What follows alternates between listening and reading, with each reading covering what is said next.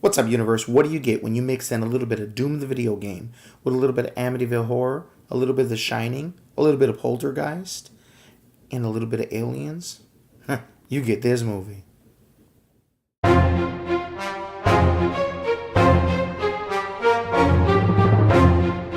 What's up, universe, and welcome back to the web's first must-see comic and nerd culture show.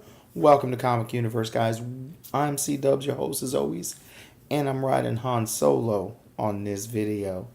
And Han Solo is so fitting for this 31-day Halloween horror movie challenge, if you will. Today we are talking about the epic space demonic movie known as Event Horizon. Again, guys, if this is the first video you're catching this week, my voice is a little choppy. I work at a haunted house. Again, hashtag never-ending nightmare here in Orlando, Florida. If you're in the Orlando area, it's at the West Oaks Mall, open every weekend, 7 to 11, guys. Trust me, my voice is on fire. Anyway, guys, thank you so much for dealing with us. And the 31-day Halloween horror movie challenge continues. We are chugging along with the review for Event Horizon. Now, this is one of my all-time favorite horror movies by far, by none. Top 10 for sure. But while I was doing some research on the movie as well, and just looking up some of the scores and things like that, I kind of got a mixed bag. I always perceive this film, and granted, you know, my friends and I are going to have a lot of the same likes and dislikes and things to that nature. That's part of what makes us friends. But anyone I've really ever talked to anyone about this movie, seen this movie with, or anything, even online when I've watched the videos from reviewers and things like this back in the day, I always got a good general consensus that almost everybody loved this movie. And apparently I'm wrong. So before we even get into the review of the movie, I was so surprised to see the Rotten Tomatoes score at 26%. That blew my mind. If that movie were to come out today, everybody would see that 26% and not go see this movie.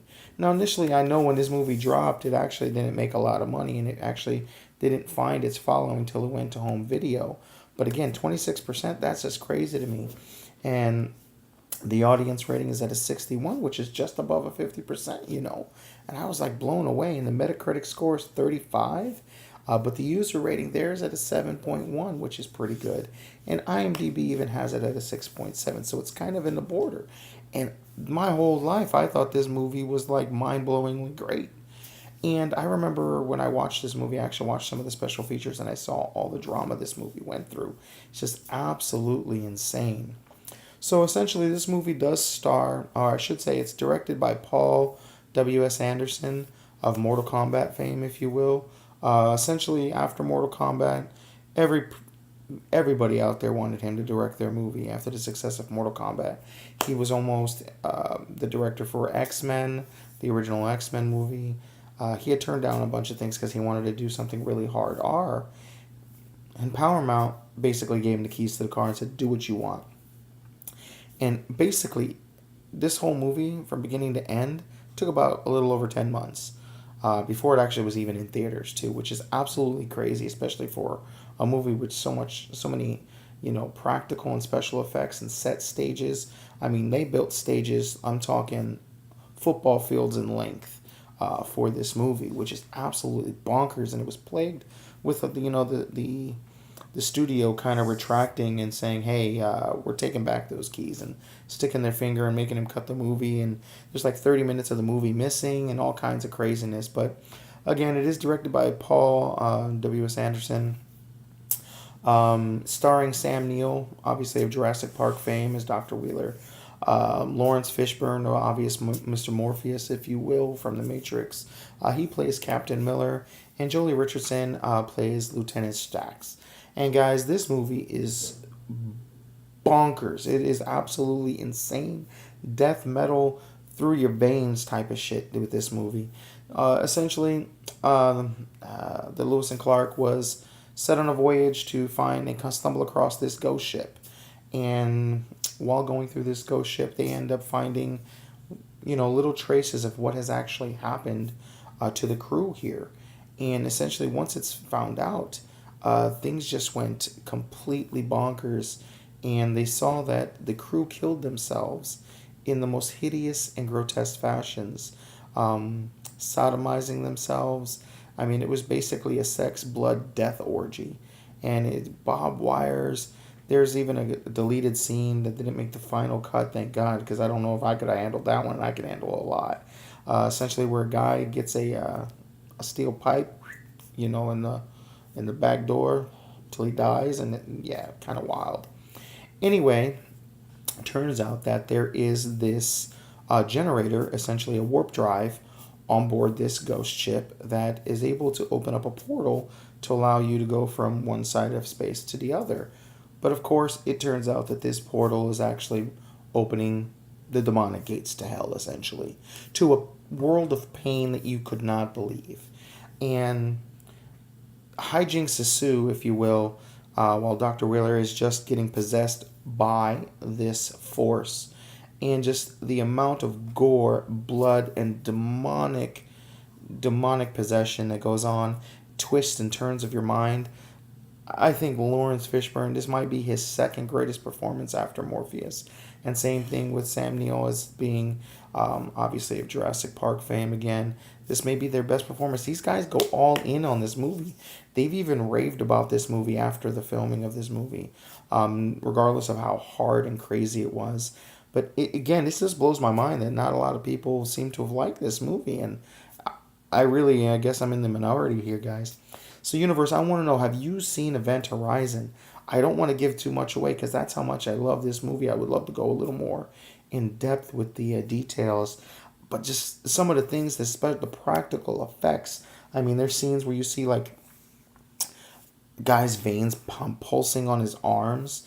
You see, like, fiery, like a guy set on fire walking through water. I mean, yeah, you've seen it before, but it's just so beautifully done and demonically just gory, and it is borderline gore porn at sometimes, but it's just magnificent. It terrified the hell out of me when I was younger. It gives you that uneasy feeling, and when you're dealing with like religious and things like that, it's just really crazy. And the cinematography for this movie is on point, right up there, I would say, with Aliens. Little known fact, unless you've seen some of the DVD features, that the entire set that was created, I'm talking almost life-size sets, they were inspired by cathedrals.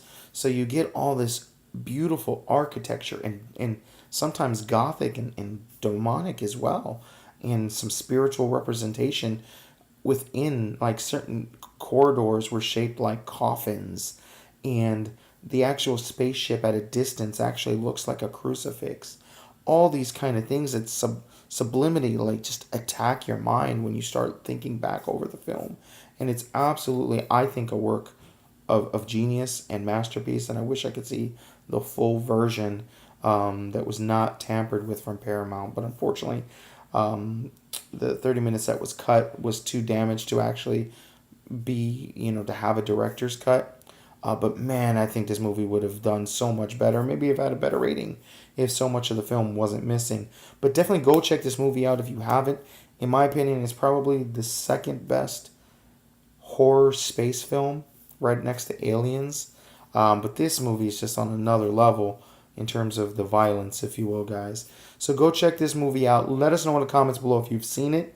And guys, if you have seen it, man, let's get this movie a better rating than it has, because it's absolutely a crime.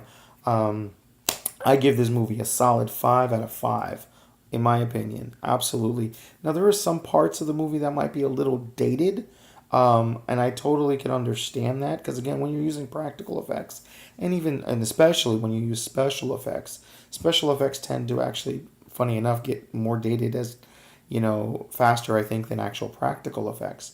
But definitely there are a few, like, you have to watch it with a 90s kind of eye, if you will. If you're watching it with a millennial point of view, it might not be as good as I'm making it out to be, but try to go in there realizing what it is of the times, and I think you'll have a blast with this movie, guys. Guys, don't forget to like, share, and subscribe on the video, guys. This is, again, your first video you're catching of ours. Apologize for the voice. I'm losing my voice. But the 31-day Halloween Horror Movie Challenge is a little behind. We have watched a horror movie every single night. Okay, we just haven't been able to get to the reviews due to, like I always say, life finding a way to get in the way, guys.